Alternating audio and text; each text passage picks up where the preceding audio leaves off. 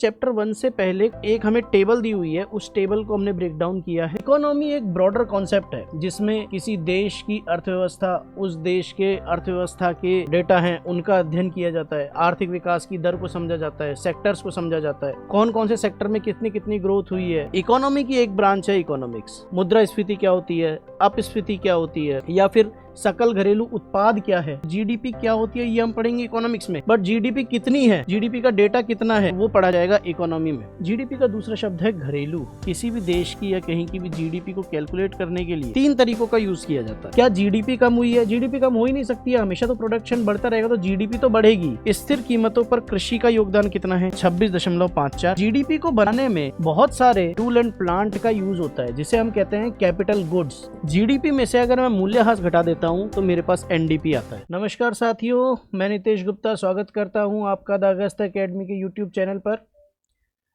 हमने आप लोगों के लिए इकोनॉमिक सर्वे की क्लासेस स्टार्ट की हैं और जिसकी कड़ी में पहली क्लास आप लोगों तक पहुंचाई जा चुकी है, जिसमें हमने बेसिक्स के बारे में देखा था, सिलेबस देखा था और पिछले साल में पूछे गए अलग अलग परीक्षाओं में जो प्रश्न पूछे गए हैं उनके बारे में हमने डिस्कस किया था। साथियों, आप लोगों ने जो हमने पिछली क्लास में क्वेश्चंस डिस्कस किए थे और भी जिस भी परीक्षा की आप तैयारी कर रहे हैं उसके पीवाईक्यूज आप लोगों ने, मैं उम्मीद करता हूं, देखे होंगे, समझे होंगे, पढ़े होंगे, सॉल्व किए होंगे। उन पीवाईक्यूज से आपको एक आइडिया लगा होगा कि इकोनॉमिक सर्वे का वेटेज हर पेपर में कितना होता है। हर पेपर में इकोनॉमिक सर्वे के कई क्वेश्चंस आते हैं। इकोनॉमिक सर्वे का डाटा, अगर आपका पेपर सब्जेक्टिव है, जैसे मान लीजिए आरएएस मेंस का एग्जाम है या कोई और सब्जेक्टिव एग्जाम है, एईएन मेंस का एग्जाम है या जो भी है, तो उसमें आपको इकोनॉमिक सर्वे के डेटा जो हैं वो बहुत महत्वपूर्ण भूमिका अदा करते हैं। साथ ही ऑब्जेक्टिव परीक्षाओं में भी सीधे सीधे आपसे इकोनॉमिक सर्वे के डेटा उठा के पूछे जाते हैं। तो आज हम एक बार बेसिक्स के ऊपर डिस्कस करेंगे। अभी हम इकोनॉमिक सर्वे में जो 10 चैप्टर हैं उससे पहले आपके इकोनॉमिक सर्वे के सिलेबस में कुछ महत्वपूर्ण सूचकांक और संकेतक दिए हुए हैं, उनके बारे में डिस्कस करेंगे। संकेतकों के आधार पर राजस्थान के विकास की गति की दिशा को समझेंगे। हम ये भी समझेंगे कि राजस्थान, जैसा कि मैंने पिछली क्लास में बताया था कि भारत की अर्थव्यवस्था में राजस्थान कितना योगदान देता है, राजस्थान की अर्थव्यवस्था में कौन कौन से सेक्टर कितना योगदान देते हैं, अर्थव्यवस्था क्या होता है, अर्थशास्त्र क्या होता है, वही बेसिक कॉन्सेप्ट्स क्या होते हैं, जीडीपी क्या होता है, जीएनपी क्या होता है, हम बेसिक कॉन्सेप्ट्स के बारे में भी समझेंगे। तो ये आपकी एक कॉम्प्रिहेंसिव क्लास होगी जिसमें ना केवल आपको इकोनॉमिक सर्वे यानी इकोनॉमिक रिव्यू यानी आर्थिक समीक्षा के बारे में बताया जाएगा, बल्कि आपको इकोनॉमी के बेसिक कॉन्सेप्ट्स के बारे में भी एक ओवरव्यू दिया जाएगा, ताकि अगर इकोनॉमी से संबंधित भी आपके पास प्रश्न आते हैं तो आप उनको हल करने में सक्षम हो।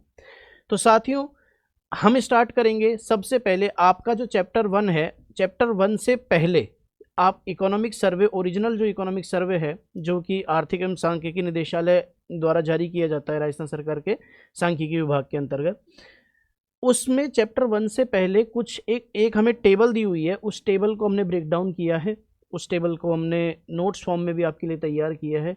उसके बारे में हम डिस्कस करेंगे, कुछ सवालों के ऊपर डिस्कस करेंगे, कुछ परिभाषाओं के ऊपर डिस्कस करेंगे। तो हम स्टार्ट करते हैं। ये क्लास आप लोगों के लिए बेसिक प्लस इकोनॉमिक रिव्यू की क्लास होने वाली है, तो आप लोग मेरे साथ जुड़े रहिए। आइए साथियों, स्टार्ट करते हैं हमारी क्लास, पहली क्लास। साथियों देखिए, आर्थिक विकास के मुख्य सूचक, इस नाम से इकोनॉमिक सर्वे में चैप्टर 1 से पहले एक हेडिंग दे रखी है, पहला दे रखा है सारांश। उस सारांश के 8-10 पेजेस में पूरे इकोनॉमिक सर्वे की समरी दी हुई है।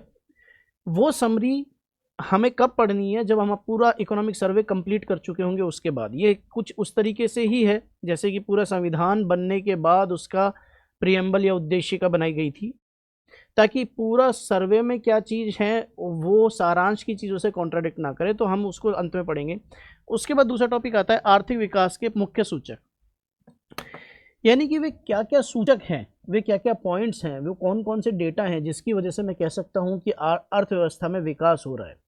ऐसे कौन से डेटा होंगे? यदि हवा में तो बात नहीं हो सकती कि हम कह दें कि अमेरिका क्या कहता था और आज हम क्या कहते हैं। बात डेटा पर होती है साथियों, और इकोनॉमी में और इकोनॉमिक्स में डेटा बहुत ज़रूरी है। इकोनॉमी और इकोनॉमिक्स की जब बात आई है तो एक कॉन्सेप्ट पहले, सबसे पहले हम यही डिस्कस करते हैं कि इकोनॉमी वर्सेस इकोनॉमिक्स क्या होता है। जो हम स्टार्ट कर रहे हैं, इकोनॉमी, इंडियन इकोनॉमी कह लीजिए, इकोनॉमिक कॉन्सेप्ट्स कह लीजिए, राजस्थान इकोनॉमी कह लीजिए, डॉट्स, अलग अलग डॉट्स को हम कनेक्ट करके जब एक बर्ड आई व्यू की तरह देखेंगे, सिंहावलोकन जब करेंगे, तो हम समझेंगे कि सारे टॉपिक इंटर रिलेटेड है। तो हम सबसे पहले देखते हैं इकोनॉमी और इकोनॉमिक्स में क्या अंतर है।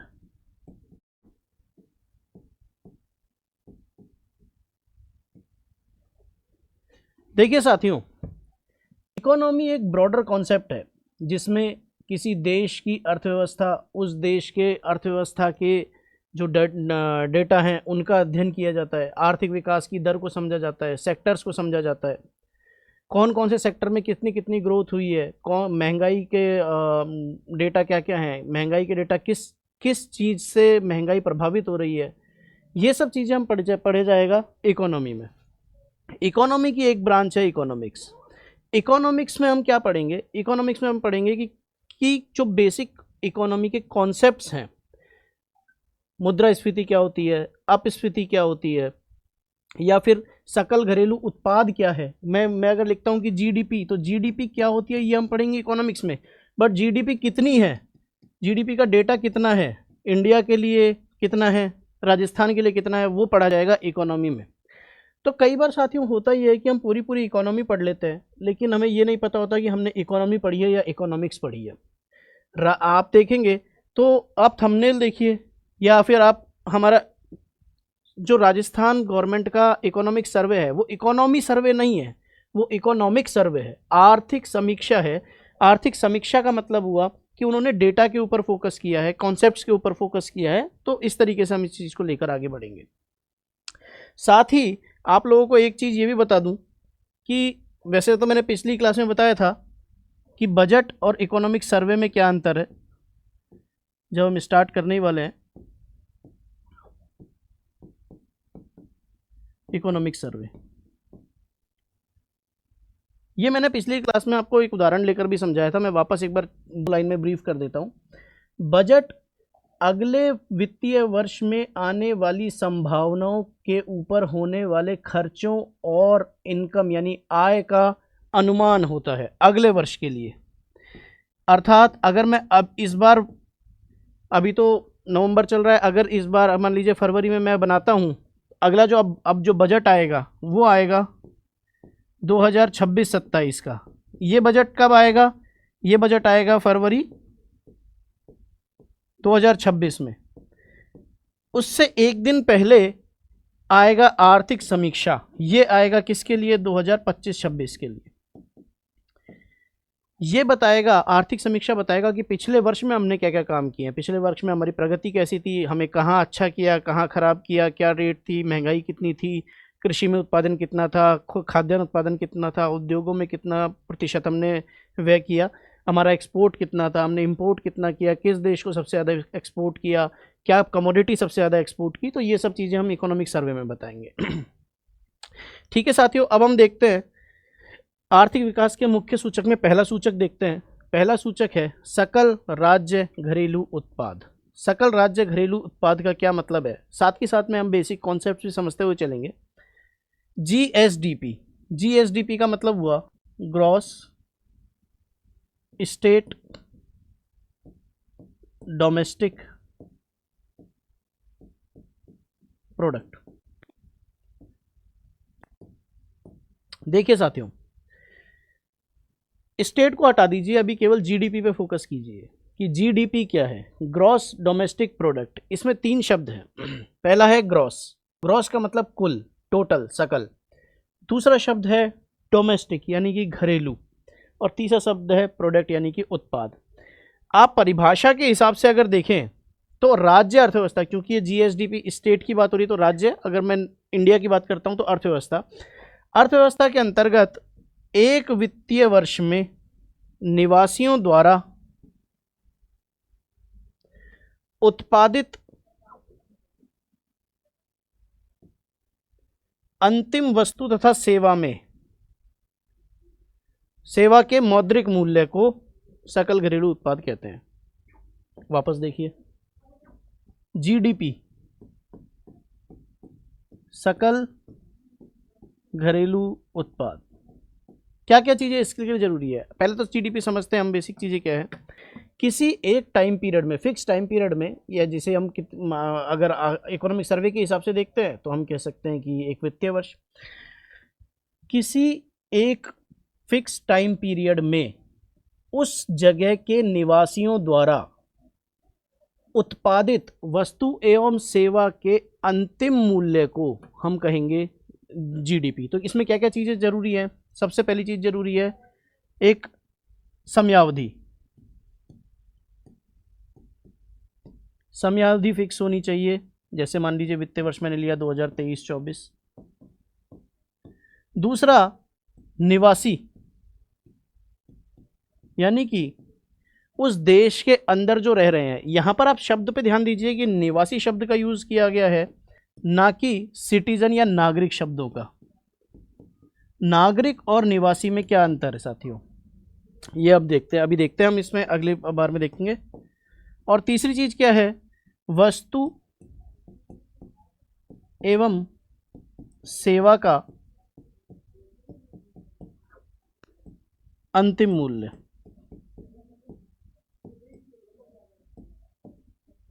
ठीक है, अब इसमें कॉन्सेप्ट देखिए साथियों, ये हमारा भारत है। ये थोड़ा सा आप मैप देख लीजिएगा।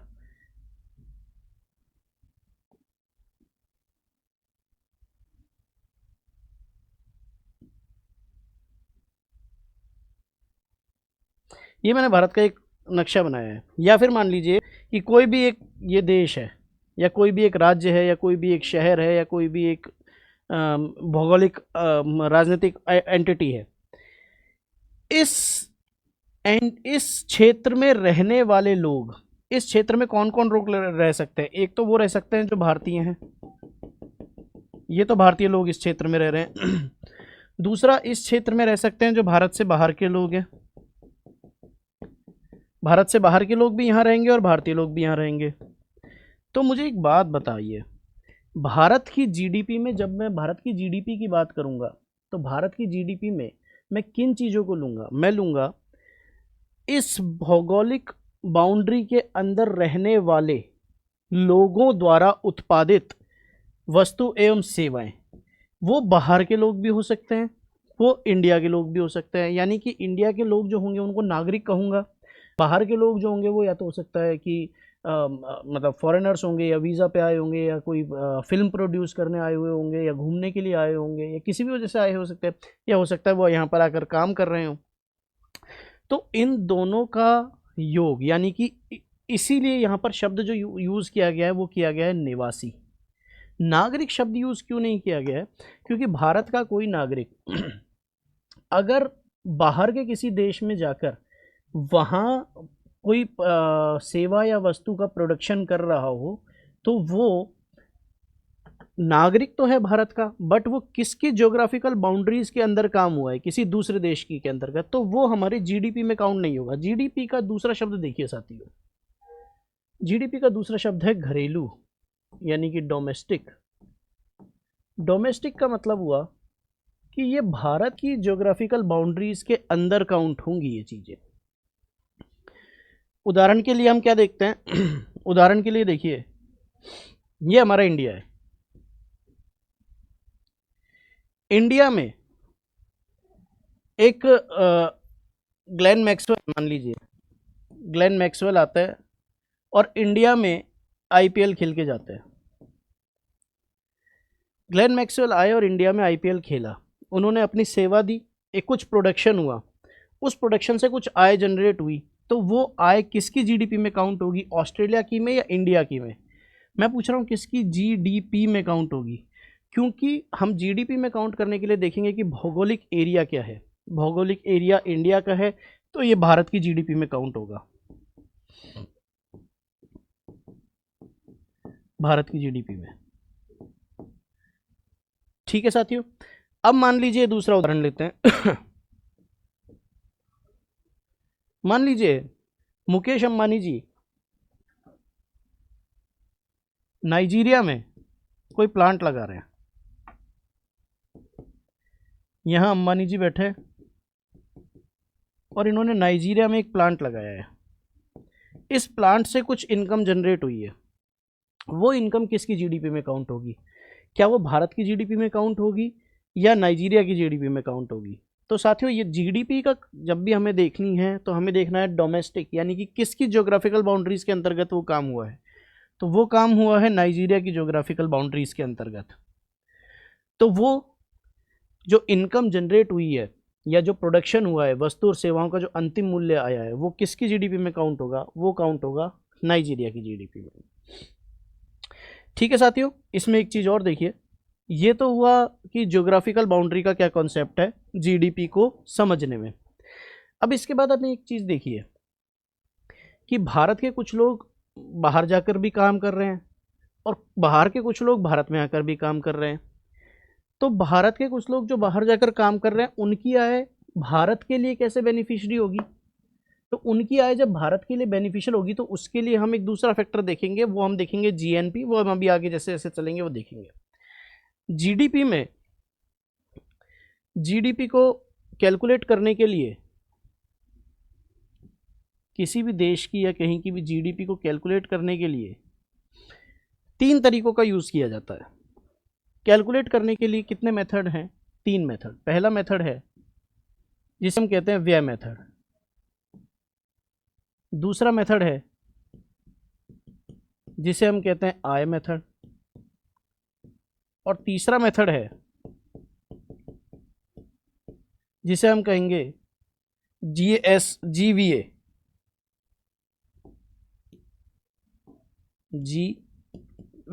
मेथड। जीवीए मेथड की यहाँ पे हम बात करते हैं।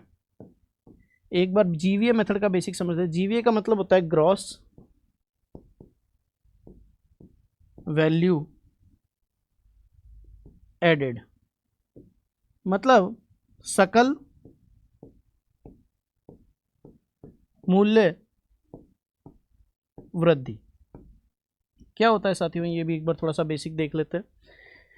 जीवीए क्या होता है? ये मान लीजिए मेरे पास कोई, मैंने किसी जंगल से लकड़ी उठाई जो इसकी कॉस्ट मुझे पड़ी 0 रुपये। फ्री में मुझे लकड़ी मिल गई। इस लकड़ी को मैंने एक फैक्ट्री में, ये जो लकड़ियाँ मुझे बहुत सारी मिली, इनको मैंने फैक्ट्री में ले जाकर कुछ पट्टे बना दिए लकड़ियों के। ये लकड़ियाँ थी मेरे पास, इनके मैंने अच्छे अच्छे मोटे मोटे साइज़ में पट्टे बना दिए और इन पट्टों की कीमत हो गई 10 रुपये। इन पट्टों को मैंने शेप दी और शेप दे के मैंने इन पट्टों से टेबल बना दी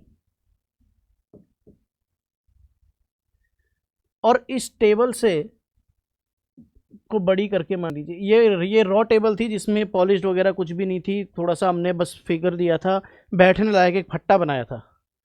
ठीक है, मिनिमम टेबल लिख देता हूँ। इससे मैंने फिनिश्ड टेबल बना दी और मैं जो बेचूंगा वो इसको बेचूंगा। ये भी बेचने योग्य नहीं है। इसका मूल्य था मान लीजिए 50 रुपये और इसका मूल्य हो गया 100 रुपये। अब देखिए, अगर केवल इकोनॉमी में यही प्रोडक्शन हुआ है और कोई प्रोडक्शन नहीं हुआ है तो मुझे इस देश ए की जीडीपी निकालनी है। तो मैं कैसे निकालता हूं? पहला तरीका है कि मैं देखूं कि यहां से यहां तक कितना मूल्य वृद्धि हुई, तो वो आंसर आएगा 10 रुपये। ये मैं जीवीए मेथड से बात कर रहा हूं। ये मेथड हो गया। तीसरा मेथड जो है जीवीए मेथड। यहां से यहां तक कितने रुपए की मूल्य वृद्धि हुई? 40 रुपये। और यहां से यहां तक कितने मूल्य की वृद्धि हुई? ये हुई 50 रुपये। ये हुआ मूल्य वृद्धि। हर चरण में मूल्य वृद्धि, हर चरण की मूल्य वृद्धि को मैं योग कर दूं तो मेरे पास आएगा 100 रुपये। यानी कि इस देश की जीडीपी कितना हुआ? 100 रुपये। सकल मूल्य वृद्धि किसी भी चीज के प्रोडक्शन में, किसी भी वस्तु के प्रोडक्शन में या सेवा के प्रोडक्शन में, उत्पादन में, जीरो लेवल से लेकर फिनिश्ड यानी अंतिम गुड्स यानी कि अंतिम वस्तु अथवा अंतिम सेवा के मूल्य में हर स्टेज पर जो वृद्धि हो रही है, उससे कहेंगे। मान लीजिए कहीं से किसी ने किसी पहाड़ी से कोई वो निकाला, अयस्क निकाला, अयस्क से लोहे के स्टील के रोल्स बना दिए बड़े बड़े, उन रोल्स से स्टील की चादरें बना दी, फिर उससे किसी गाड़ी का इंजन बना दिया, फिर उस इंजन को असेंबल करके कोई गाड़ी बना दी। तो हर स्टेज पे जो मूल्य की वृद्धि हुई है, यदि मैं उसको जोड़ दूं तो जीडीपी आ जाती है। दूसरा तरीका है, जो पहला मेथड था अव्यय मेथड, जीडीपी क्या होगी, किसी भौगोलिक क्षेत्र के अंतर्गत वस्तुओं, किसी दिए हुए समय में वस्तुओं और सेवाओं का अंतिम मूल्य उस देश की जीडीपी होती है।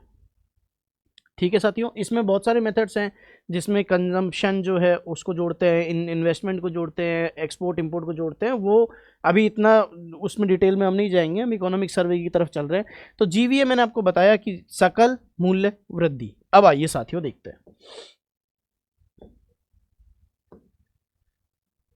तो हमने देखा कि जीएसडीपी क्या थी, राज्य अर्थव्यवस्था के अंतर्गत एक वित्त वर्ष में निवासियों द्वारा, निवासियों यहाँ पे बहुत इंपॉर्टेंट शब्द है, ये आपको घुमाकर कभी भी क्वेश्चन पूछ सकता है, परिभाषा दे देगा और निवासियों की जगह नागरिकों लिख देगा बस, और सवाल हमारा गलत हो जाएगा।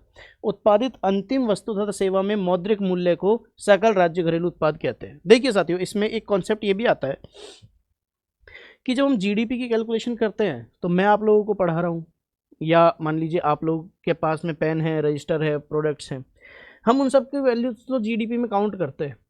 पर हमारे घर में माताएं बहनें काम करती हैं, सुबह उठ के झाड़ू पोछा से लेकर खाना बनाना सारी चीज़ें करती हैं, उनकी मेहनत को जीडीपी में कभी भी इंक्लूड नहीं किया जाता। ये अभी पिछले कुछ समय से विवादित मुद्दा भी रहा है, और मांग भी आंध्र प्रदेश में भी उठी थी, तमिलनाडु में भी उठी थी, कि महिलाओं द्वारा किए जाने वाले घरेलू कार्यों को भी जीडीपी में कैलकुलेट किया जाए।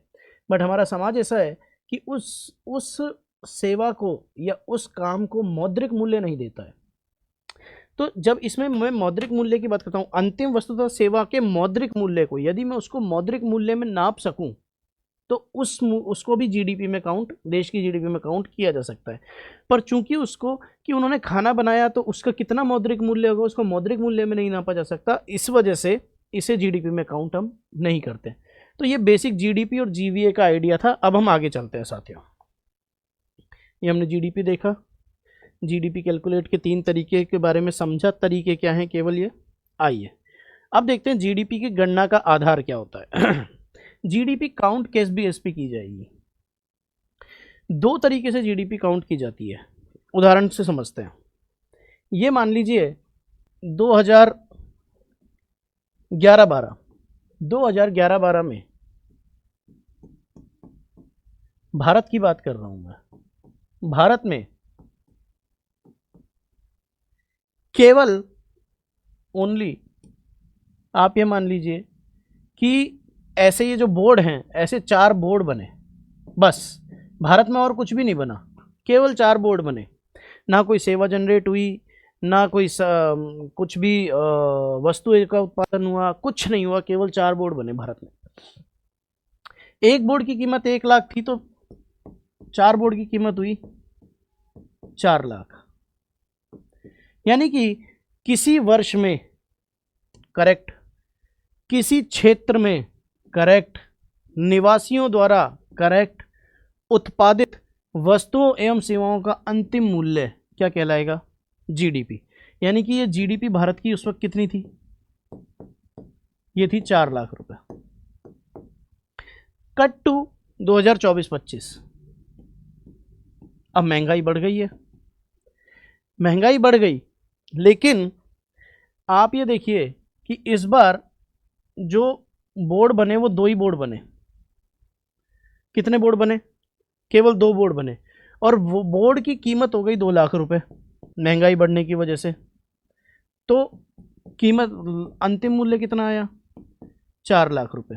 तो मैं कहूंगा कि जीडीपी अब भी कितनी रही, 4 लाख रुपए। साथियों, जीडीपी 2011-12 में भी 4 लाख रुपए थी और 2024-25 में भी 4 लाख रुपए है। पर क्या ये सही आंकड़ा है, क्योंकि वो 4 लाख रुपए से 4 बोर्ड का प्रोडक्शन हो रहा था, अब 4 लाख रुपए से केवल 2 बोर्ड का प्रोडक्शन हो रहा है। तो ये जीडीपी का ये आंकड़ा सही तो है, बट ये आंकड़ा सही जो है ये प्रचलित मूल्य पर है, प्रचलित मूल्य पर है। प्रचलित मूल्य का मतलब आज की डेट की बात है। अगर मैं कहूँ कि यार उस दिन उस टाइम के हिसाब से कैसे होगा, तो भाई उस टाइम के हिसाब से ये डबल हो गया है। अगर ये डबल हो गया है, अगर 2011-12 के हिसाब का रेट देखें तो जीडीपी में प्रोडक्शन तो आधा ही रह गया है, तो जीडीपी कुछ और आएगी। 2011-12 के हिसाब से देखूं तो जीडीपी तो बहुत चेंज हो जाएगी।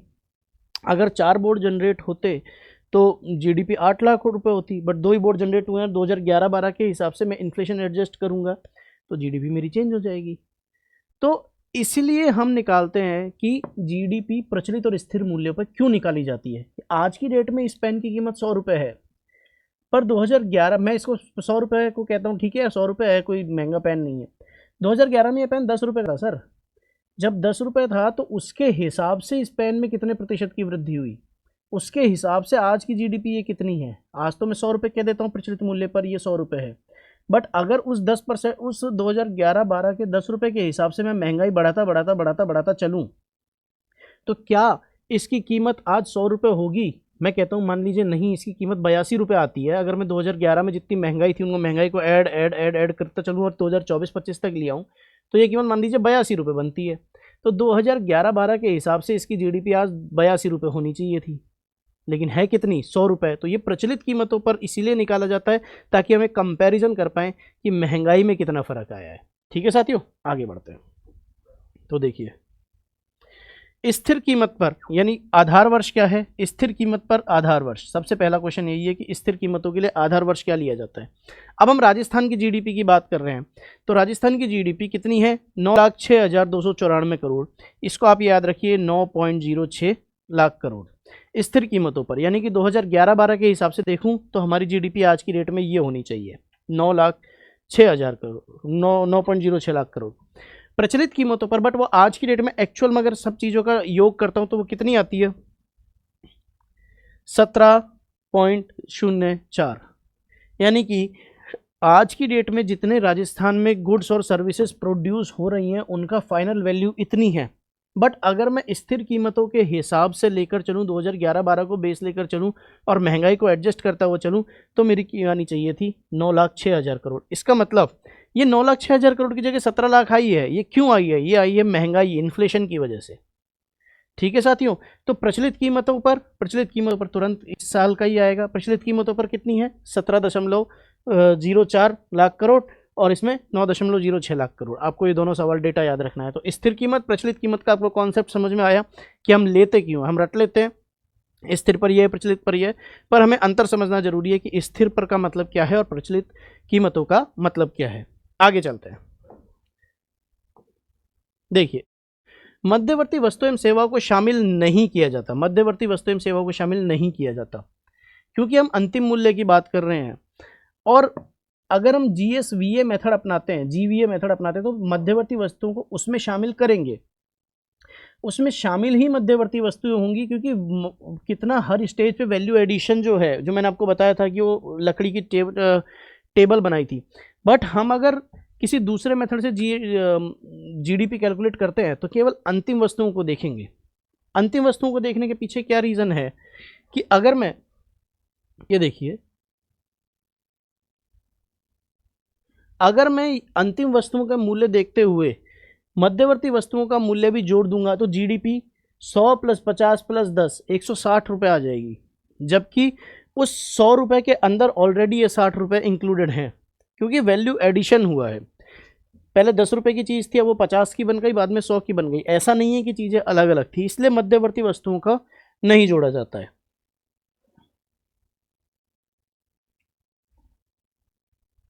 ठीक है साथियों, आगे देखिए वस्तु एवं सेवाओं की मात्रा में, वस्तु एवं सेवाओं की मात्रा में परिवर्तन और मूल्य में परिवर्तन के कारण प्रचलित कीमतों पर जीएसडीपी का वास्तविक आर्थिक विकास को नहीं दर्शाता है। देखिए मैंने जो आपको बताया कि 17.04 लाख करोड़ आई, वो वास्तविक आर्थिक विकास को नहीं दर्शाएगा क्योंकि वस्तुओं की मूल्य में लगातार परिवर्तन हो रहा है। अगर वस्तुओं के मूल्य में परिवर्तन नहीं होता, मान लीजिए नो चेंज, कोई परिवर्तन नहीं हो रहा है, जब कोई परिवर्तन नहीं हो रहा है ना, तो मैं क्या कहूँगा, 2011-12 में ये चीज़ जो 100 रुपये की थी, 2024-25 में ये चीज़ महंगाई से बढ़ते बढ़ते, महंगाई, केवल महंगाई का फैक्टर ले रहा हूँ मैं, मान लीजिए ये 136 रुपये की हो गई, इसमें केवल महंगाई की वजह से। दो फैक्टर हैं, ये पेन 100 रुपये का था, आज इस पेन की बनाने की कॉस्ट ही बढ़ गई है। दूसरी चीज़, ये पेन 100 रुपये का था, इसकी बनाने की कॉस्ट उतनी ही है, लेकिन केवल महंगाई बढ़ी है, तो महंगाई की वजह से 136 रुपये हुआ। बट अगर चेंज को कंसीडर करते हैं तो 100 रुपये के 136 तो महंगाई की वजह से हुए, लेकिन इसके खुद की कॉस्ट में भी चेंज हुआ, तो मान लीजिए हो सकता है कि 174 रुपये हो जाए। तो 174 रुपये को देख के क्या मैं ये आइडिया लगा सकता हूँ कि 174 रुपये वास्तविक जीडीपी है? जी नहीं, क्योंकि 174 रुपये में दो फैक्टर इंक्लूडेड हैं। पहला फैक्टर जो है इंक्लूडेड है वो है महंगाई, और दूसरा फैक्टर जो इंक्लूडेड है वो है वस्तु और सेवाओं के खुद के मूल्य में परिवर्तन। हो सकता है पेन बनाने वाले ने अपना प्रॉफिट ज़्यादा रखने के लिए इसमें रेट्स जोड़ दिए हों। तो इसलिए आर्थिक जीएसडीपी का वास्तविक आर्थिक विकास नहीं दर्शाती है क्या चीज़? प्रचलित कीमतें। ठीक है साथियों, आगे बढ़ते हैं। ये दो पॉइंट्स में माइंड में रखने। सकल घरेलू उत्पाद, जीडीपी की वृद्धि दर, जीडीपी की वृद्धि दर स्थिर कीमतों पर जीएसडीपी, जीडीपी और जीएसडीपी हम इंटरचेंजेबली यूज करेंगे, जीडीपी इंडिया के कॉन्टेक्स्ट में और जीएसडीपी स्टेट यानी राजस्थान के कॉन्टेक्स्ट में। स्थिर कीमतों पर जीएसडीपी 2023-24 में कितनी थी? 8.4 लाख करोड़, जो कि 7.82% की वृद्धि से बढ़कर 2024-25 में 9.06 लाख करोड़ हुई है। अब देखिए, एक टेबल बना लेते हैं। स्थिर कीमतों पर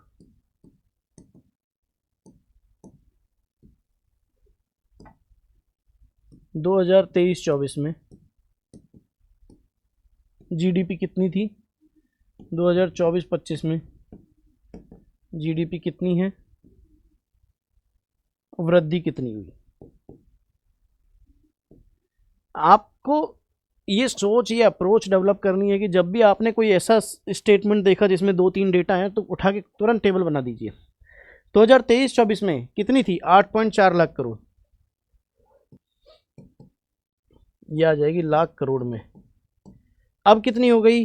9.06 लाख करोड़। वृद्धि कितनी आई? 7.82%। कौन सी कीमतों पर बात कर रहा हूं मैं? ये बात हो रही है स्थिर कीमतों पर। तो बताइए, जीडीपी 2023-24 में थी 8.4 लाख करोड़, अब कितनी? 9.06 लाख करोड़। वृद्धि कितनी? 7.82%। हमें ये डेटा और ये डेटा कंठस्थ होना चाहिए। तो राजस्थान की जीडीपी पूछता हूँ, राजस्थान की जीडीपी कितनी है? तो आप बताएंगे स्थिर कीमतों पर 9.06 लाख करोड़ है, प्रचलित कीमतों पर 17.04 लाख करोड़ है। प्रचलित कीमतों पर जीएसडीपी 2023-24 में 15.21 लाख करोड़ था, जो कि इतने प्रतिशत की वृद्धि से बढ़कर 2024-25 में 17.04 हो गया। तो देखिए, अब आ जाते हैं प्रचलित कीमतों पर। प्रचलित कीमतों पर ये भी लाख करोड़ में आएगा। 2023-24 में कितना था? 15.21 और अब हो गया 17.04। 15.21 था, अब हो गया 17.04, और वृद्धि कितनी हुई? 12.06%। ठीक है साथियों, तो याद करने वाले पॉइंट कौन कौन से आ गए?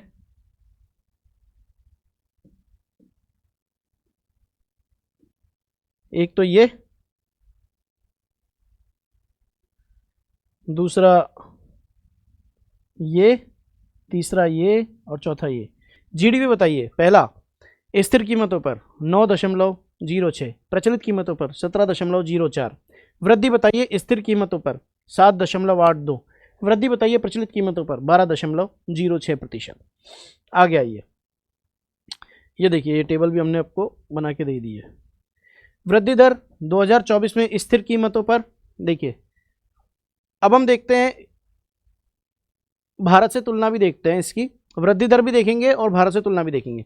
भारत की कुल जीडीपी जो स्थिर कीमतों पर वो है 184.88%। 184.88 लाख करोड़, ठीक है। और प्रचलित कीमतों पर वो कितनी है, 324.11 लाख करोड़। इसको डॉलर्स में जब हम कन्वर्ट करेंगे तो वही अब जो लेटेस्ट डेट आया है 4187 ट्रिलियन डॉलर्स का आया है, जो हमने जापान को पीछे छोड़ा है, डॉलर में कन्वर्ट करने के बाद वही आएगा। वृद्धि कितनी है, 6.4% स्थिर कीमतों पर और 9.7% प्रचलित कीमतों पर वृद्धि है भारत की में। राजस्थान का योगदान देखिए, मैं बार बार कह रहा हूँ, राजस्थान का योगदान भारत की जीडीपी में कितना है, स्थिर कीमतों पर है 4.9%, यानी लगभग 5%, और प्रचलित कीमतों पर कितना है, 5.26%, यानी 5.25%। यानी कि भारत की कुल जीडीपी में राजस्थान का योगदान लगभग 5% रहता है। स्थिर कीमतों पर हम देखेंगे तो 4.9 और प्रचलित कीमतों पर देखेंगे तो 5.26। वृद्धि दर देखिए, स्थिर कीमतों पर 2023-24 में थी 7.88%, इसको याद रखने की जरूरत है नहीं। 2024-25 में 7.82 और प्रचलित कीमतों पर ये थी 12.17 और अब इस बार वृद्धि दर हुई है 12.02%। इसमें देखिए पॉइंट जो याद रखना है वो क्या याद रखना है आपको, पिछले वर्ष जितनी वृद्धि हुई थी उससे थोड़ी कम वृद्धि इस वर्ष है। यानी कि अगर मैं वृद्धि की बात करूं, ये केवल मैं वृद्धि की बात कर रहा हूं, वृद्धि इतनी बड़ी, वृद्धि ज़्यादा हुई थी, इस बार थोड़ी सी वृद्धि कम है। ये बात कह सकते हैं हम स्थिर कीमतों पर, और यही बात कह सकते हैं हम प्रचलित कीमतों पर। प्रचलित कीमतों पर देखिए क्या है, पिछली बार वृद्धि कितनी थी, 12.17, इस बार वृद्धि कितनी है, 12.02%। यानी कि स्थिर कीमतों पर वृद्धि दर में कमी आई है, वृद्धि दर में कमी है, जीडीपी में कमी नहीं है। जीडीपी तो बढ़ रही है, जीडीपी जिस स्पीड से बढ़ रही थी उस स्पीड में हल्की सी कमी है, 7.88 से 7.82। आप दोबारा समझिए, पहला पॉइंट, क्या जीडीपी कम हुई है, जीडीपी कम हो ही नहीं सकती है, हमेशा तो प्रोडक्शन बढ़ता रहेगा तो जीडीपी तो बढ़ेगी। किस स्पीड से बढ़ रही है, मैं कह रहा हूँ पिछली बार 7%, 7.8% से बढ़ रही थी, इस बार 7.82% से बढ़ी है। जीडीपी जिस स्पीड से बढ़ रही थी, जो जीडीपी की वृद्धि दर थी, उसमें थोड़ी सी कमी आई है, तो हमें ये इस चीज़ पे फोकस रखना है, ठीक है। आइए आगे बढ़ते हैं। ये देखिए, ये इकोनॉमिक सर्वे का ही वो है, डेटा है, इकोनॉमिक सर्वे से ही ग्राफ लिया है। इस ग्राफ को आपको याद रखने की जरूरत नहीं है, बट हमें समझना जरूर है इस ग्राफ को कि ये ग्राफ कहना क्या चाह रहा है। सकल राज्य घरेलू उत्पाद यानी जीएसडीपी और वृद्धि दर प्रचलित मूल्यों पर। देखिए, ये सकल राज्य घरेलू उत्पाद ब्लू में दे रखा है। अब मैं आपसे प्रश्न पूछता हूं, पहला प्रश्न, पिछले 5 वर्षों में जीडीपी लगातार बढ़ रही है, क्या ये बात सही है? ये जीडीपी, ये जीडीपी, ये जीडीपी, ये जीडीपी, ये जीडीपी 5 वर्षों में लगातार बढ़ रही है, बिल्कुल सही बात है। पिछले 5 वर्षों में जीडीपी वृद्धि दर लगातार बढ़ रही है, जी नहीं। ये जीडीपी वृद्धि दर इस वर्ष थी इतनी 2020-21 में, क्योंकि 2020-21 में आप जानते हैं कोविड आया था, इससे पहले ये इस तरीके का डिप आया था जिसको हमने वी शेप रिकवरी का नाम दिया था।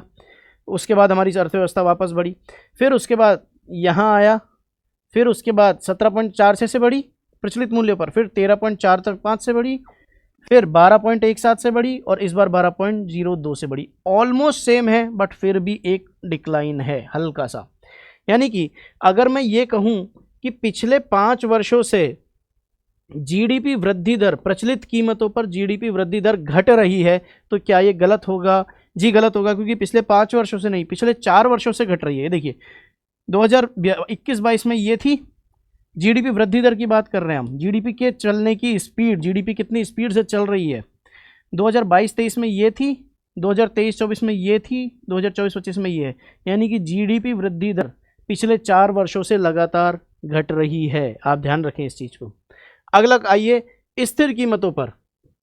स्थिर कीमतों पर पहली चीज, जीडीपी हर साल बढ़ रही है, बिल्कुल बढ़ रही है, जीडीपी तो हर साल बढ़ेगी बढ़ेगी। किस स्पीड से बढ़ रही है वो देखना है हमको। 2021-22 में आपको ये डेटा याद नहीं रखना है, ये केवल पैटर्न याद रखना है। डेटा तो आपको केवल ये 12.02 वाला याद रखना है, और ज़्यादा से ज़्यादा ये भी इसलिए कि आप एक कंपेयर कर पाओ। आपको सवाल डायरेक्ट नहीं पूछेगा, सवाल में पूछ जरूर ये सकता है कि पिछले वर्ष की तुलना में जितनी वृद्धि दर थी उससे इस बार वृद्धि दर कम रही है, वो सही बात है। आइए 8.93, 7.41, उसके बाद देखिए बढ़ी 7.88, फिर कम हुई। तो क्या मैं इसको कहूँगा कि पिछले 4 वर्षों से स्थिर मूल्य पर वृद्धि दर लगातार घट रही है? जी नहीं, बीच में बढ़ी भी है, तो हमें क्वेश्चन को बहुत अच्छे से देखना है कि उसने पूछा क्या है। जीडीपी वृद्धि दर पिछले 5 वर्षों से लगातार प्रचलित मूल्यों पर घट रही है। पिछले 5 वर्षों से, 5 वर्षों में ये भी इंक्लूड हो जाएगा, तो आंसर है नहीं। जीडीपी वृद्धि दर प्रचलित मूल्यों पर पिछले 4 वर्षों से लगातार घट रही है, बिल्कुल ठीक बात है। जीडीपी वृद्धि दर स्थिर मूल्यों पर पिछले 4 वर्षों से लगातार बढ़ रही है, गलत। लगातार घट रही है, गलत। जिगजैग पैटर्न है, ठीक है। आगे आइए। जीएसवीए का उपयोग क्षेत्रवार उत्पादन तथा वृद्धि दर का पता लगाने के लिए किया जाता है। देखिए जीएसवीए का क्या है उपयोग, क्यों किया जाता है। क्षेत्रवार उत्पादन, मैंने आपको बताया जीएसवीए मतलब ग्रॉस स्टेट वैल्यू एडेड, कि सकल राज्य मूल्य वृद्धि। हर स्टेज पे कितनी मूल्य वृद्धि हो रही है, हर स्टेज पर कितना मूल्य उसमें ऐड किया गया है। मेरे पास प्लास्टिक आया था, उस प्लास्टिक से ये पेन बना, वो प्लास्टिक 10 रुपये का था, ये पेन 100 रुपये का है, 90 रुपये की वृद्धि होगी, ठीक है। मेरे पास मान लीजिए लोहा आया था, लोहा 100 रुपये का लोहा था, उसको गला के कुछ और बनाया गया, कोई दूसरी चीज़ बनाई गई, तो वो दूसरी चीज़ जो बनी वो 500 रुपये की बनी, तो 400 रुपये की वृद्धि। तो किस चीज़ का पता लगाने के लिए, क्षेत्रवार उत्पादन तथा वृद्धि दर का पता लगाने के लिए किया जाता है कि जीडीपी से एक्चुअली वृद्धि दर का एग्जैक्ट आइडिया नहीं लग पाता है कि प्रोडक्ट्स के मूल्य में, वस्तुओं के मूल्य में कितनी वृद्धि हुई है, वो पता लगता है यहाँ से। मान लीजिए ये मेरे पास एक लोहे का सामान है, रॉ लोहा है, यह है आयरन, एफ ही लिखते हैं आयरन को। मैंने इससे लोहे का एक दरवाजा बनाया, गेट बनाया। अब जो ये मेरे पास लोहा था, चलिए गेट भी हम लास्ट में बनाएंगे, इससे मैंने लोहे की चादर बनाई, उस लोहे की चादर को एक्सपोर्ट किया, ट्रांसपोर्ट किया एक फैक्ट्री में, छोटी फैक्ट्री से बड़ी फैक्ट्री में। इस फैक्ट्री ने उससे छोटे छोटे ब्लॉक बनाए और उस ब्लॉक से एक विंडो बनी। यहाँ मूल्य था 10 रुपये, चादर बनाने में लग गए 30 रुपये, ट्रांसपोर्ट, जब ये ट्रांसपोर्ट किया इसमें लग गए 80 रुपये, फैक्ट्री ने जो ब्लॉक बनाया वो बन के तैयार हुआ 100 रुपये में, और ये बना 120 में। अब मैं देख सकता हूँ कि मेरा खर्चा जो हुआ है या फिर जो मूल्य की वृद्धि हो रही है 10 रुपये से 120 बन रहा है, वो कहाँ कहाँ हो रही है। अच्छा 20 रुपये तो यहाँ चादर बनाने में लग गए, 20 रुपये तो यहाँ लग गए, फिर 50 रुपये ट्रांसपोर्टेशन में चले गए, फिर 20 रुपये इस चीज़ में चले गए, फिर 20 रुपये इधर लगे। तो मेजर जो खर्चा आया वो ट्रांसपोर्टेशन में आया। यानी कि मैं ये देख सकता हूँ कि जीएसवी का उपयोग क्षेत्रवार उत्पादन और वृद्धि दर का पता लगाने में, कि कहाँ कहाँ वृद्धि हुई है उसका पता लगाने में किया गया है, ठीक है। अब देखिए जीएसवीए, ये टेबल आपको याद रखनी है। जीएसवीए यानी कि सकल मूल्य, राज्य मूल्य संवर्धन या वृद्धि, तो वो कितनी कितनी रही है। पहला देखेंगे हम स्थिर कीमतों पर, स्थिर कीमतों पर मूल्य उत्पादन में वृद्धि कितनी रही है। जीएसवीए से जीडीपी पर कैसे जाएंगे हम वो भी देखेंगे। जीएसवीए और जीडीपी में क्या अंतर है। जीएसवीए सबको जोड़ देंगे तो हमारे पास जीडीपी का आंकड़ा बन जाता है, बट क्या वो सही उसकी मार्केट वैल्यू है या नहीं है, हम वो भी चीज़ देखेंगे। कृषि क्षेत्र में देखिए हम मेनली 3 क्षेत्रों की बात करते हैं, वैसे तो 5-6 क्षेत्र हम माने जाते हैं, ब्लू कॉलर भी माना जाता है, वाइट कॉलर भी माना जाता है। हम बेसिकली 3 क्षेत्रों की बात करते हैं, कृषि, उद्योग और सेवाएं। कृषि, उद्योग और सेवाएं जो हैं, इसमें सकल राज्य मूल्य वर्धन संवर्धन जीएसवीए में कितना कितना योगदान है। स्थिर कीमतों पर कृषि का योगदान कितना है, 26.54, यह हमें याद रखना है, रट लेना है। उद्योग का योगदान कितना है, 28.39, और सेवा क्षेत्र का योगदान कितना है, 45.07। यानी कि ये डेटा देख के हम ये कह सकते हैं कि राजस्थान के लोग सबसे कम कृषि में लगे हुए हैं। यानी कृषि क्षेत्र से, कृषि एंड अलाइड क्षेत्र, एग्रीकल्चर एंड अलाइड क्षेत्र से जो टोटल मूल्य, जो टोटल वैल्यू एडेड यानी मूल्य संवर्धन हो रहा है, वो कितना हो रहा है, 26.54%। पिछली बार की तुलना में कितनी वृद्धि है इसमें, 5.05% की वृद्धि है, ठीक है। दूसरा देखिए उद्योग, उद्योग क्षेत्र का कितना है, कृषि से ज़्यादा है, क्योंकि एग्रीकल्चर में उतने लोग नहीं लगे हुए हैं जितने लोग उद्योग में लगे हुए हैं, यानी कि एग्रीकल्चर में उतना प्रोडक्शन नहीं हो रहा है, सही लाइन तो ये होगी जितना उद्योग में हो रहा है। तो उद्योग क्षेत्र में कितना है 28.39 और इसमें वृद्धि कितनी है 5.77%। सेवा क्षेत्र में 45.07 और वृद्धि कितनी 7.38% स्थिर कीमतों पर। अब देखिए इसमें भी आप देखिए कि सेवा क्षेत्र में वृद्धि जो है वो सबसे ज़्यादा है, यानी सेवा क्षेत्र की तरफ लोगों का रुझान सबसे ज़्यादा है। वापस देखिए इस टेबल को GSVA,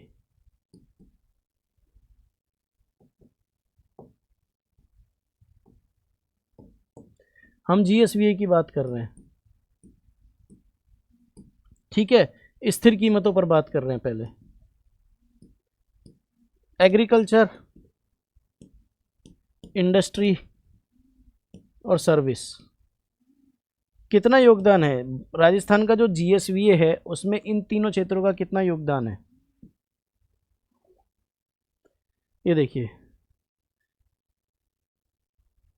ये हमारा GSDP के आंकड़े आ गए,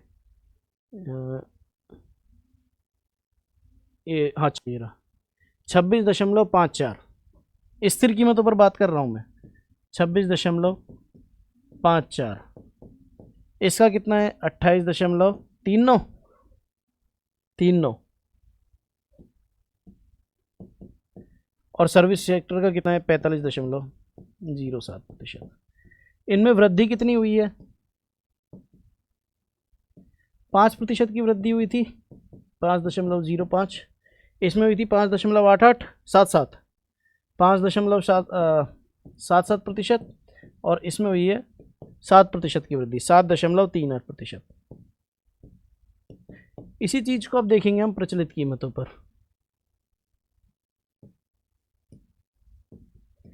प्रचलित कीमतों पर देखिए, प्रचलित कीमतों पर कृषि का क्षेत्र का योगदान कितना है 26.92, ये कितना था यहाँ पर कितना था 26.54, तो यहाँ पर कितना आया 26 सेम रहेगा 26.92%, याद भी करते चलिए साथ के साथ में। उद्योग क्षेत्र का 28.39, ये कम हुआ है प्रचलित कीमतों पर, यहाँ बढ़ा है तो यहाँ कम हुआ है, देखिए 27.16 और यहाँ पर कितना हुआ है 45.07 से 45.92, लगभग 46% हुआ है।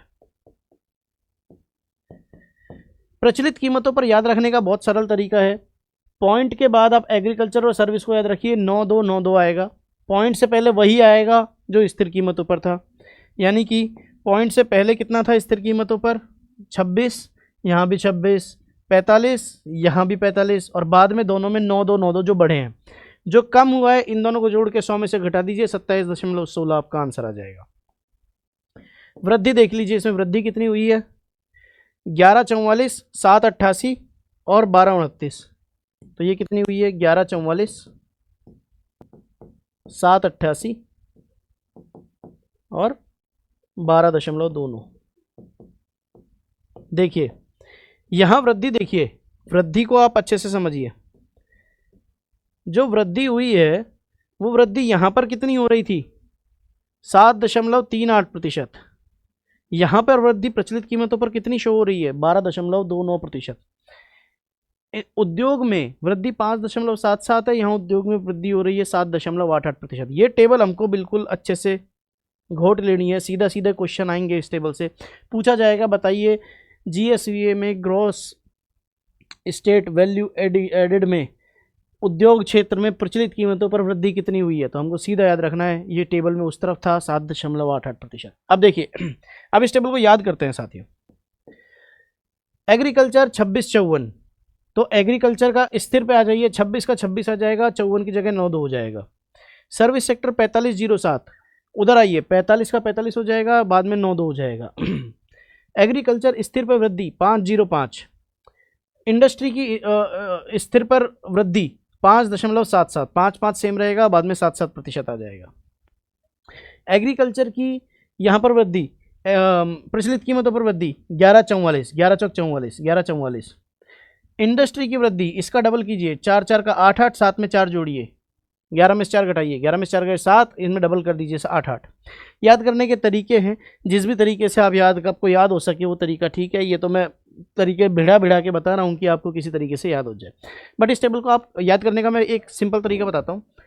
आप इस टेबल को 10 बार लिखिए, 10 बार लिख लीजिए आंखें बंद करके, एक बार पढ़ लीजिए, 10 बार लिख लीजिए, ये खांचे बना लीजिए, खांचे भरिए, 10 बार भरेंगे आपको याद हो जाएगी। रफ पेज लेके बैठिए, हाथों हाथ ही जैसे लेक्चर खत्म हो जाए रफ पेज लेके बैठिए, आंखें बंद कीजिए, टेबल बनाइए और टेबल को बनाकर आप लिख दीजिए, आपको याद हो जाएगा, गारंटी है। आइए अब देखते हैं कि ये हमने यहाँ तक आ गए ना, ये टेबल हो गई है, ठीक है।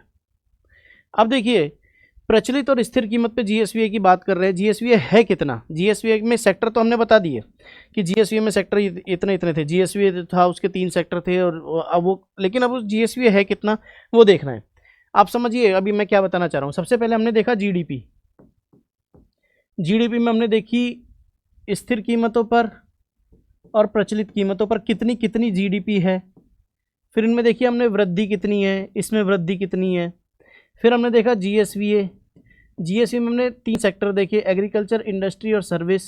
इनमें कितने कितने हैं, स्थिर पे कितने हैं, प्रचलित पे कितने हैं, इन दोनों की वृद्धियाँ कितनी है। अब हम देखेंगे जीएसवीए कितना है। तो देखिए 2024-25 में अनुमानित कितना है, वो है 15.7 लाख, 7 लाख करोड़।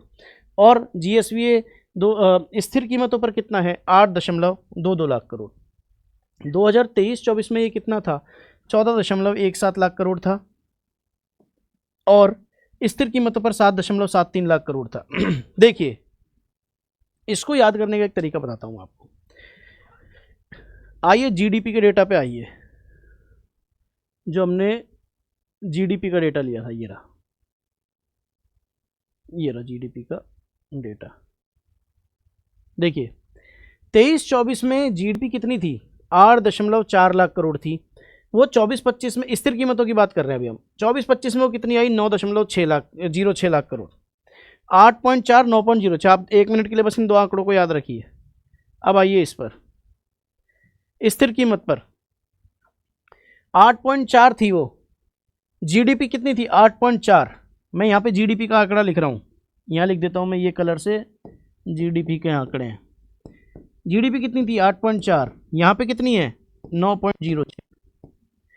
जीएसवीए जो है वो जीडीपी से थोड़ा सा कम आता है।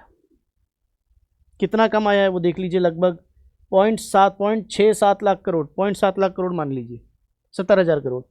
यहाँ देखिए तो ये हो गया आपका 78,682 80,000 करोड़, 70,000 करोड़, 80,000 करोड़ कम है।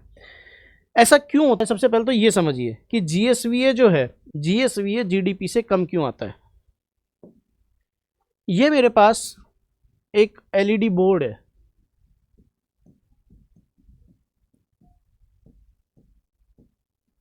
मैं जीएसवीए और जीडीपी का कंपैरिजन बता रहा हूं आपको। ये 100 रुपये इसकी अंतिम मूल्य है, अंतिम मूल्य 100 रुपये क्या है इसका, अंतिम मूल्य। तो जीडीपी कितनी हुई, 100 रुपये हुई। ये 100 रुपये वो है जिसपे ये बेचा जाएगा, यानी इसका अंतिम मूल्य 100 रुपये है। अब ये जो अंतिम मूल्य 100 रुपये है, इसमें कुछ चीजें जुड़ी हुई हैं। इसमें एक तो टैक्सेस जुड़े हुए हैं, इस पे जो लगने वाले टैक्स हैं वो भी इसमें जुड़े हुए हैं, प्लस इसको बनाने में अगर सरकार ने कोई सब्सिडी दी है तो वो सब्सिडी इसमें से घटी हुई है। मान लीजिए कि इसकी ओरिजिनल कीमत थी 90 रुपये, इस पे टैक्स लगा 12 रुपये का, और इस पे गवर्नमेंट ने सब्सिडी दे दी इसको बनाने में 2 रुपये, तब इसकी कीमत आई है 100 रुपये। तब मैं जीडीपी कह रहा हूं 100 रुपये। यानी कि जो इसका अंतिम मूल्य वृद्धि होते होते जो मूल्य आया था वो 90 रुपये था, उसमें टैक्स जुड़ा तो 12 रुपये का टैक्स जुड़ा, 102 रुपये हुए, और उसमें से 2 रुपये गवर्नमेंट ने सब्सिडी दे दी। अब अगर मैं जीडीपी से जीएसवीए निकालना चाहता हूं तो जीएसवीए में मैं क्या करूंगा, जीडीपी में से, इसमें टैक्स ऑलरेडी इंक्लूडेड है तो इसमें से पहले तो मैं टैक्स हटा दूं, और इसमें क्या चीज, इसमें टैक्स तो जुड़ा हुआ है और सब्सिडी इसमें मिली हुई है, तो सब्सिडी को मैं इसमें जोड़ देता हूं, क्योंकि सब्सिडी मिली हुई है का मतलब इसमें सब्सिडी का अमाउंट माइनस किया हुआ है, तो सब्सिडी का अमाउंट मैं इधर प्लस कर देता हूं। तो ये मेरे पास जीएसवी आ जाता है। इसीलिए हम देखते हैं कि जीएस, अच्छा अब इसको देखिए, जीडीपी माइनस टैक्स, ये प्लस की जगह माइनस हो जाएगा, माइनस सब्सिडी, टैक्स में से सब्सिडी घटा दीजिए, टैक्स जनरली ज़्यादा ही रहता है, इसीलिए जीएसवीए की वैल्यू ज़्यादा जीडीपी से कम आती है। वापस देखिए, ये जो 8.4 लाख करोड़ जीडीपी थी, इसमें टैक्स जुड़ा हुआ था और सब्सिडी घटी हुई थी, इसको हटाया तो ये जीएसवीए आया। तो जीएसवीए स्थिर कीमतों पर कितना है, 7.73। आप जीएसवीए और जीडीपी के आंकड़ों को एक साथ याद रखिए। आपको जब जीडीपी पढ़नी हो, आप जीडीपी के स्थिर कीमतों पर याद रखेंगे कि 9.06 लाख करोड़ है, तो आपके दिमाग में तुरंत आएगा कि जीएसवीए 8.22 लाख करोड़ है। ये डेटा याद रखने की जरूरत नहीं है, वो डेटा किस लिए है कि वृद्धि कितनी हुई है उसके लिए। अब देखिए, ये हुआ हमारा स्थिर कीमतों पर। अब आइए प्रचलित कीमतों पर। प्रचलित कीमतों पर अपनी जीडीपी कितनी है 2024-25 में, 17.04, और 15.21 पहले थी, 17.04 बाद में। देखिए आ जाइए,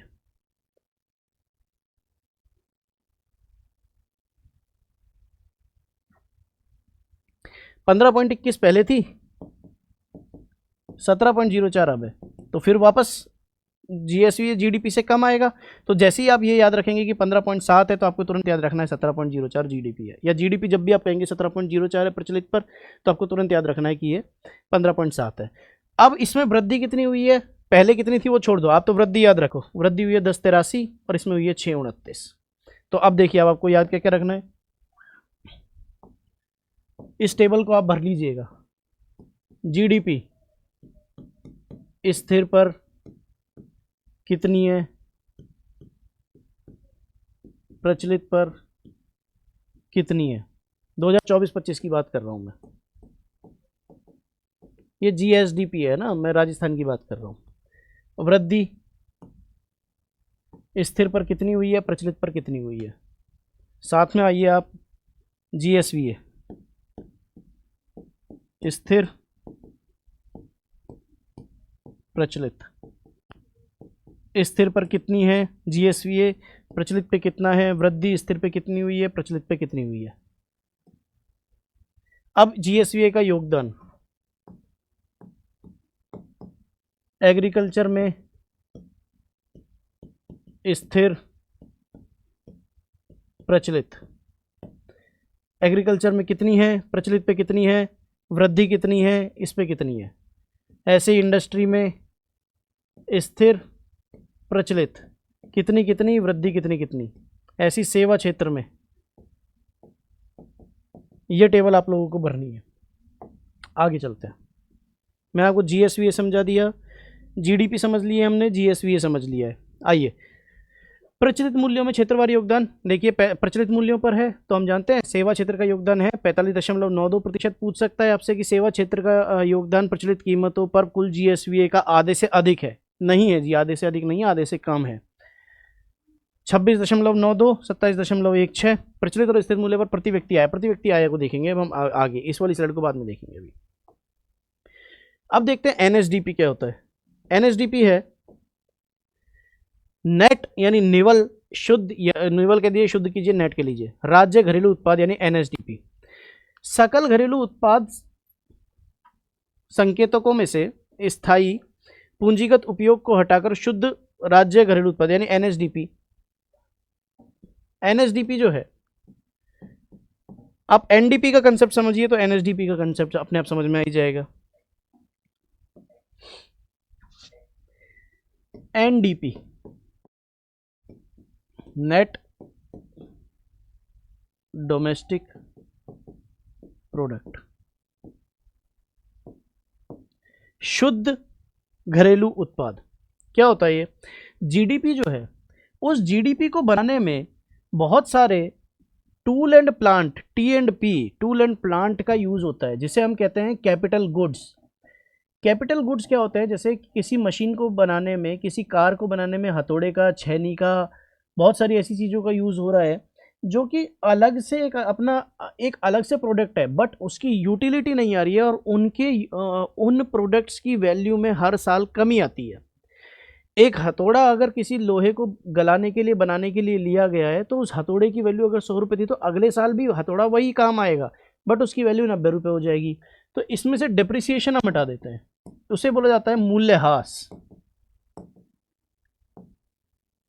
क्या बोला जाता है?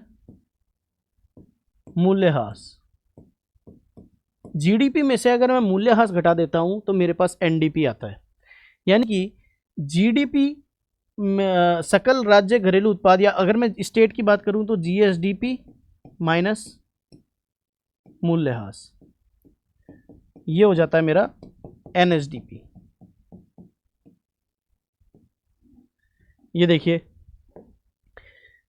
स्थायी पूंजी उपभोग, यानी कि स्थायी पूंजी जैसे कि हथौड़ा टाइप की जैसे चीजें बताई है, कैपिटल गुड्स और भी बहुत सारी चीजें होती है, से तात्पर्य उत्पादन की प्रक्रिया में प्रयुक्त की जाने वाली परिसंपत्तियां यानी असेट्स, जैसे भवन, मशीन, औजार आदि के मूल्य में गिरावट से है, क्योंकि उनके मूल्य में हर साल गिरावट आती है। तो एनएसडीपी का फॉर्मूला क्या बनता है? जीएसडीपी माइनस मूल्यह्रास, यानी कि स्थायी पूंजीगत उपयोग। स्थायी पूंजीगत उपयोग, पूंजीगत वस्तुएं यानी कैपिटल गुड्स उन वस्तुओं को बोला जाता है जिनका उपयोग किसी दूसरी वस्तु को बनाने के काम में आ रहा हो। ठीक है, आगे चलते हैं। एनएसडीपी कितनी है वो देखनी है अब हमें। जीएसडीपी हमने देख ली थी।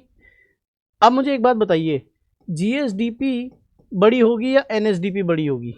दोनों में से किसकी वैल्यू ज़्यादा होगी वो हमें देखना है। देखिए, एनएसडीपी जीएसडीपी हमारी थी 9.06 लाख करोड़, जीएसडीपी स्थिर मूल्यों पर। स्थिर मूल्य पर एनएसडीपी कितनी है? 8.96 लाख करोड़। क्योंकि मूल्यह्रास के बाद एनएसडीपी आती है तो एनएसडीपी ऑब्वियसली कम होगी जीएसडीपी से।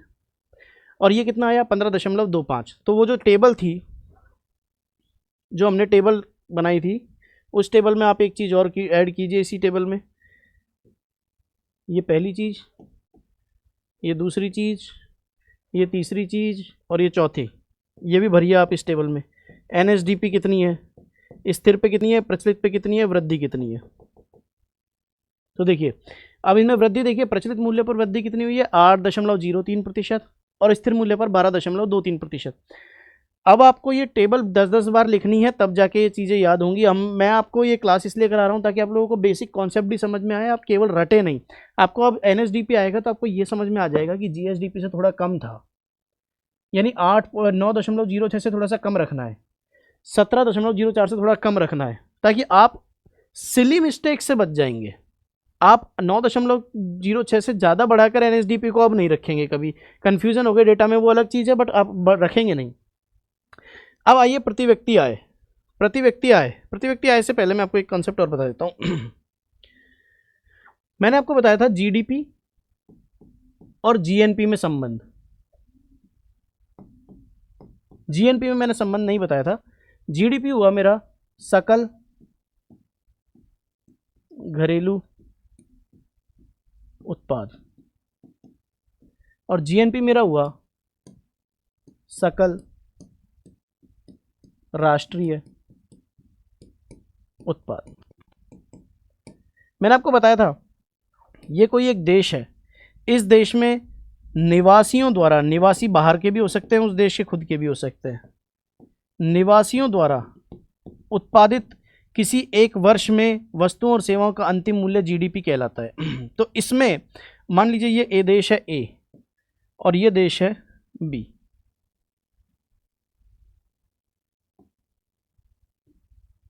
ये देश है बी। ये कुछ लोग इसमें भी रह रहे हैं, कुछ ए देश के लोग। दुनिया में दो ही देश हैं आप तो ये मानिए, ये बी देश के लोग हैं और ये पिंक में मैंने दर्शाए हैं बी देश के लोग और ब्लू में दर्शाए मैंने ए देश के लोग। यहाँ पर भी ब्लू में ये ए देश के लोग हैं और पिंक में बी देश के लोग हैं। अब देखिए, ये बी देश को मैं पिंक से ही दिखा देता हूँ पूरे को, आपको समझने में आसानी होगी। अब मुझे ए देश की जीडीपी निकालनी है। ए देश की जीडीपी क्या होगी? ए की जीडीपी, यानी कि ब्लू ए देश के लोगों द्वारा, इनके द्वारा प्लस बी देश के वो लोग जो ए देश की बाउंड्री के अंतर्गत रह रहे हैं, इन दोनों के द्वारा प्रोडक्ट प्रोड्यूस किया गया वस्तुओं और सेवाओं का अंतिम मूल्य इस देश की जीडीपी होगी। आगे आइए, अब मैं कहता हूं बी देश की जीडीपी क्या होगी? बी देश की जीडीपी भी वही होगी, इन लोगों द्वारा, ये लोग चाहे किसी भी देश के हों, वो अगर यहीं रह रहे हैं तो उन लोगों की जीडीपी भी यही होगी जो इस देश के लोग अंतिम, जो वस्तु और सेवाओं का अंतिम उत्पादन कर रहे हैं। अब मैं कहता हूँ नहीं नहीं नहीं, ऐसे मज़ा नहीं आया, ये तो एक देश की बात हुई नहीं, ये तो एक भौगोलिक क्षेत्र की बात हो गई, इसमें बहुत सारे देश के लोग कर रहे हैं। भारत के लोगों का बताइए, भारत के लोग कितना योगदान दे रहे हैं, तो मैं उसके लिए निकालूंगा जीएनपी, यानी कि ग्रॉस नेशनल प्रोडक्ट। वो क्या होगा, भारत के लोगों द्वारा, भारत के पहले तो निवासियों ने जो वस्तुओं और सेवाओं का अंतिम उत्पादन किया, वो तो हो गई मेरी जीडीपी। लेकिन इसमें बाहर के विदेश के लोग भी शामिल हैं, उन लोगों का द्वारा किया गया उत्पादन मैं घटा देता हूं, विदेशी की जगह अच्छा शब्द है गैर नागरिक लिखता हूं मैं, माइनस गैर नागरिकों द्वारा किया गया उत्पादन।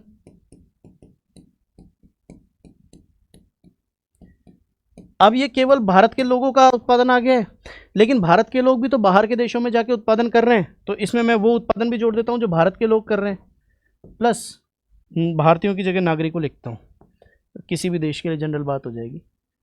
नागरिकों द्वारा अन्य देश में किया गया उत्पादन, ये आ जाएगा मेरा जीएनपी। यानी कि अगर ये भारत की जीडीपी अगर 100 रुपये है, इस 100 रुपये में 60 रुपये भारतीय हैं जो जीडीपी में योगदान दे रहे हैं, और 40 रुपये का योगदान दे रहे हैं विदेशी लोग या गैर नागरिक। अगर मुझे यहाँ से जीएनपी निकालनी है तो ये जीडीपी में से मैं विदेशी जो का योगदान है वो घटाऊंगा, प्लस मान लीजिए पूरी दुनिया में भारत के लोग जो हैं वो 120 रुपये का योगदान दे रहे हैं, 120 रुपये का योगदान भारतीय दे रहे हैं, तो 120 इसमें ऐड कर दूंगा, तो ये कितना आया 100 और 120, 220 में से 40 गए तो 180, यानी भारत की जीडीपी तो हुई 100 रुपये और जीएनपी आई 180 रुपये। तो जीएनपी का फॉर्मूला क्या आया, जीएनपी का फॉर्मूला आया जीडीपी प्लस माइनस का मतलब क्यों है, इसलिए लिखिए NFIA। NFIA का मतलब हुआ नेट यानी शुद्ध फैक्टर इनकम फ्रॉम एब्रॉड, विदेशों से प्राप्त शुद्ध कारक आय, यानी कि विदेशी जो हमारे यहाँ पर प्रोडक्शन कर रहे हैं उसको हमने घटाया और बाहर जो हम लोग कर रहे हैं उसको जोड़ा, तो बाहर के देश के साथ जो हमारा व्यापार हो रहा है वो उसको हमने घटाया या बढ़ाया है जीडीपी से, तो हमारे पास आ जाएगा जीएनपी। प्लस का साइन इसलिए कि अगर मान लीजिए हमारे लोग बाहर ज़्यादा कर रहे हैं तो प्लस वाला फैक्टर ज़्यादा आ जाएगा, और अगर बाहर वाले लोग हमारे देश में ज़्यादा कर रहे हैं तो माइनस वाला फैक्टर बड़ा हो जाएगा। तो जीएनपी का फॉर्मूला आ गया ये। अब इससे हम एक डायग्राम बना लेते हैं, ये है जीडीपी। जीडीपी से मुझे पहुंचना है जीएनपी पे, जीडीपी से जीएनपी पे पहुंचने के लिए मैं प्लस माइनस करूंगा NFIA को,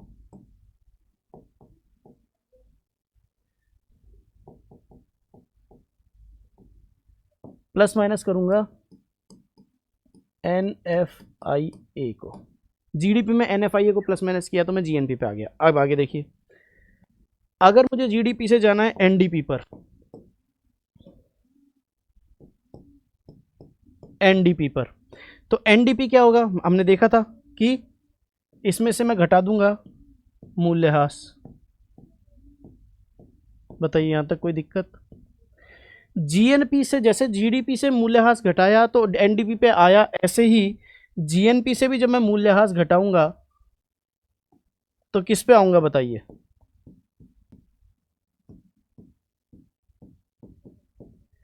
जीएनपी से ग्रॉस से मूल्यह्रास घटा के नेट पे आते हैं, ग्रॉस यानी टोटल से मूल्यह्रास घटा के शुद्ध यानी नेट पे आते हैं, तो ये आ जाऊंगा मैं एनएनपी पर,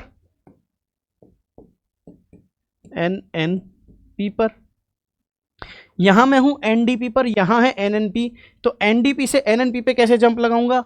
एनएफआईए प्लस माइनस करके, क्योंकि ये डोमेस्टिक और नेशनल, घरेलू और राष्ट्र की बात हो रही है तो क्या होगा, NFIA वाला फैक्टर कंसिडरेशन में आएगा, प्लस माइनस NFIA। बताइए इसमें यहाँ तक कोई दिक्कत हो तो बताइए। इस डायग्राम को समझ लीजिए। GDP से GNP कैसे निकालना है, GNP से NNP कैसे निकालना है, GDP से आपको NNP पूछ लिया जाए, एक दो फैक्टर देके आप बहुत आराम से इस चीज़ को सॉल्व कर सकते हैं। NNP जो है, NNP यानी शुद्ध राष्ट्रीय उत्पाद, इसमें भी टैक्सेस और वो सब चीज़ें जुड़ी हुई हैं। मैं इसमें से टैक्सेस हटा देता हूँ और सब्सिडी ऐड कर देता हूँ, तो ये मेरे पास NNP आती है बिल्कुल फैक्टर कॉस्ट पर, यानी कि अभी ये कारक कॉस्ट पर है। अभी इसमें ना कोई टैक्स है, ना ये फैक्ट्री से निकला हुआ माल है, अभी इसमें ना कोई टैक्स जुड़ा हुआ है, ना सब्सिडी है, इतने की ये पड़ी है, इतने की ये वस्तु पड़ी है। इसे ही बोला जाता है राष्ट्रीय आय। अगर ये समझ में नहीं आए तो हम इसको इनकम वाले चैप्टर में दोबारा आपको समझा देंगे, ये केवल खाका खींचा है मैंने। आगे आइए, प्रति व्यक्ति आय। प्रति व्यक्ति आय क्या होती है? NSDP को राज्य की मध्य वर्गीय कुल जनसंख्या से विभाजित करने पर प्राप्त की जाती है। GSDP से भाग क्यों नहीं किया गया भाई? उसे GSDP से भाग इसलिए नहीं किया गया क्योंकि जो प्रोडक्ट यूज हो रहे हैं उनका राष्ट्र की आय में या प्रति व्यक्ति आय में योगदान नहीं होगा। कौन से प्रोडक्ट का? पूंजीगत प्रोडक्ट्स का। पूंजीगत प्रोडक्ट्स यानी कैपिटल गुड्स, जैसा कि हथौड़ा, भवन, मशीन, औजार। तो प्रति व्यक्ति आय का फॉर्मूला क्या होगा? NSDP डिवाइड बाय राज्य की मध्यम वर्गीय कुल जनसंख्या। मध्य वर्गीय कुल जनसंख्या इसलिए दी जाती है, वो एक एवरेज जनसंख्या होती है, वो जनसंख्या होती है जो कि वर्किंग पॉपुलेशन में या वर्क में या प्रति व्यक्ति आय में योगदान ज्यादा दे रही है।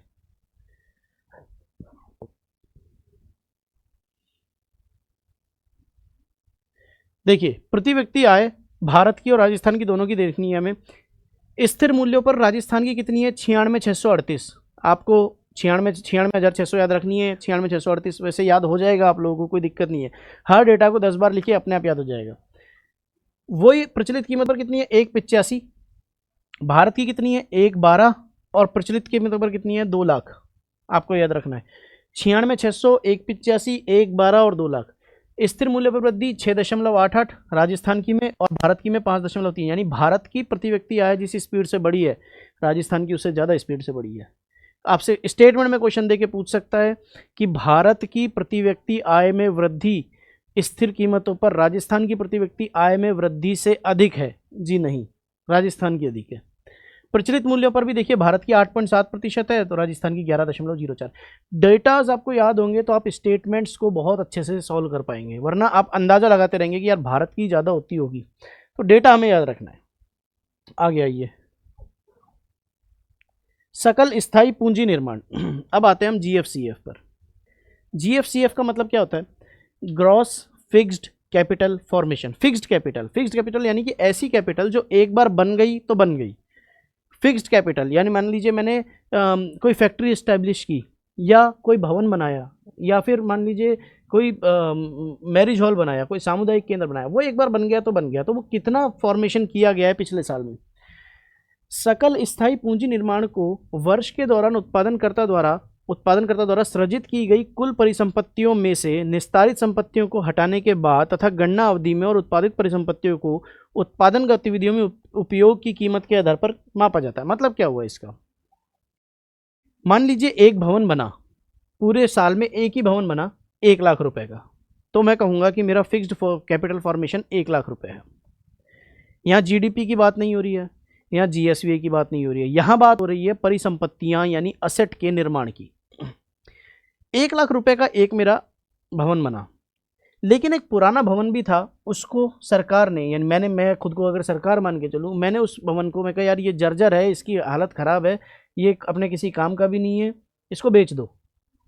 उसको बेच दिया हमने। या फिर मान लीजिए हमारे पास सरकारी एक ट्रक था, उस ट्रक को मैंने बेच दिया 50,000 में। 1 लाख रुपए का मैंने एक भवन बनाया, पर एक सरकारी ट्रक को मैंने 50,000 में कबाड़ी को बेच दिया। तो मेरे पास जो नेट कितना बचा? नेट सरकार की आय कितनी हुई, कितना फिक्स्ड कैपिटल फॉर्मेशन हुआ? तो वो हुआ 50,000। वही कह रहा है, सकल स्थायी पूंजी निर्माण को वर्ष के दौरान उत्पादनकर्ता द्वारा सृजित की गई कुल परिसंपत्तियों में से निस्तारित यानी बेची गई या खराब की कर दी या हटा दी गई या राइट ऑफ कर दी गई। राइट ऑफ करना और बेचना दोनों अलग अलग चीज़ें हैं, वो भी हम समझेंगे, बैंकिंग पढ़ेंगे तब। संपत्तियों को हटाने के बाद तथा गणना अवधि में और उत्पादित परिसंपत्तियों को उत्पादन गतिविधियों में उपयोग की कीमत के आधार पर मापा जाता है। तो ग्रॉस फिक्स्ड कैपिटल फॉर्मेशन हुआ कितना है? प्रचलित कीमतों पर हुआ है 2023-24 में 4,48,061, 4,48,000 करोड़, यानी आप मोटा मोटा 4.5 लाख करोड़ मान के चलिए, इतना फॉर्मेशन हुआ है। जीएसडीपी का कितना प्रतिशत है? ये जीएसडीपी हमारी कितनी है प्रचलित कीमतों पर, उसका देखिए कितना प्रतिशत है, 17.04 का लगभग 30% होगा, तभी हमारा 4.5 लाख करोड़ है, तो 29.45% होगा। 2022-23 की तुलना में वृद्धि कितनी हुई है? 11.65% की वृद्धि हुई है, यानी कि ये 11.65% कम था, मतलब ये जितना था उससे 11.65% बढ़कर 4.48 पे आया है। जीएफसीएफ में हिस्सेदारी देखिए, ये एक अच्छा क्वेश्चन बनता है। जीएफसीएफ जो है, सरकार का काम बिजनेस करने का नहीं है। सरकार का काम ये नहीं है कि वो भवन बनाए और उनको किराए पे चलाए। सरकार का काम लोक कल्याण है। हमारा संविधान लोक कल्याणकारी राज्य की बात करता है। तो हमें करनी, जब सरकार के पास ना, पहली चीज़ तो ये सरकार का काम बिजनेस करना नहीं है। दूसरी चीज़, सरकार के पास इतने साधन और संसाधनों की कमी रहती है, बजट की कमी रहती है, ह्यूमन रिसोर्स की कमी रहती है। आप जिस सरकारी डिपार्टमेंट में जाएंगे आप ये शिकायत करते हुए पाए जाएंगे कि यहाँ पे काम बहुत डिले होता है। बट एक पॉइंट ऑफ व्यू आप वो भी देखिए कि हर सरकारी डिपार्टमेंट में आपको स्टाफ की शॉर्टेज मिलेगी, फंड की शॉर्टेज मिलेगी। तो उस चीज़ को उभरने के लिए हम प्राइवेट प्लेयर्स का उपयोग करते हैं। प्राइवेट प्लेयर्स आते हैं और वो सरकार के साथ मिलकर भागीदारी करके प्रोडक्ट्स बनाते हैं। तो निजी क्षेत्र की भागीदारी 28% है और सार्वजनिक क्षेत्र की भागीदारी 21% है। इसको याद रखने के लिए तरीका ये है, वातावरण में नाइट्रोजन कितनी है? इतनी है, और ऑक्सीजन कितनी है? इतनी है। तो आप इस तरीके से इसको याद रख सकते हैं। ये सब याद रखने के टेक्टिक्स हैं, बाकी आप अपने हिसाब से इसको याद कीजिए। आइए, स्थायी परिसंपत्ति यानी सृजित में से निस्तारित को घटा देंगे तो स्थायी परिसंपत्तियों के आ जाएगा। जीएफसीएफ में सर्वाधिक हिस्सेदारी किस क्षेत्र की है? निर्माण क्षेत्र की, मैन्युफैक्चरिंग क्षेत्र, यानी कि जितने भी क्षेत्र हैं, माइनिंग हो गया और भी बाकी सारे क्षेत्र हो गए, तो उसमें से मैन्युफैक्चरिंग वाला जो क्षेत्र है उसकी हिस्सेदारी जीएफसीएफ यानी ग्रॉस फिक्स्ड कैपिटल फॉर्मेशन में सबसे ज़्यादा है। निर्माण क्षेत्र की साझेदारी कितनी है? 2,05,000 करोड़।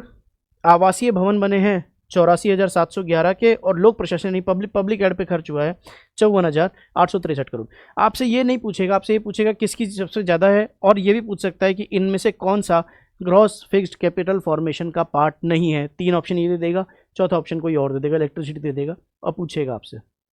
ठीक है, तो हमें याद रखना है लोक प्रशासन यानी पब्लिक एडमिनिस्ट्रेशन।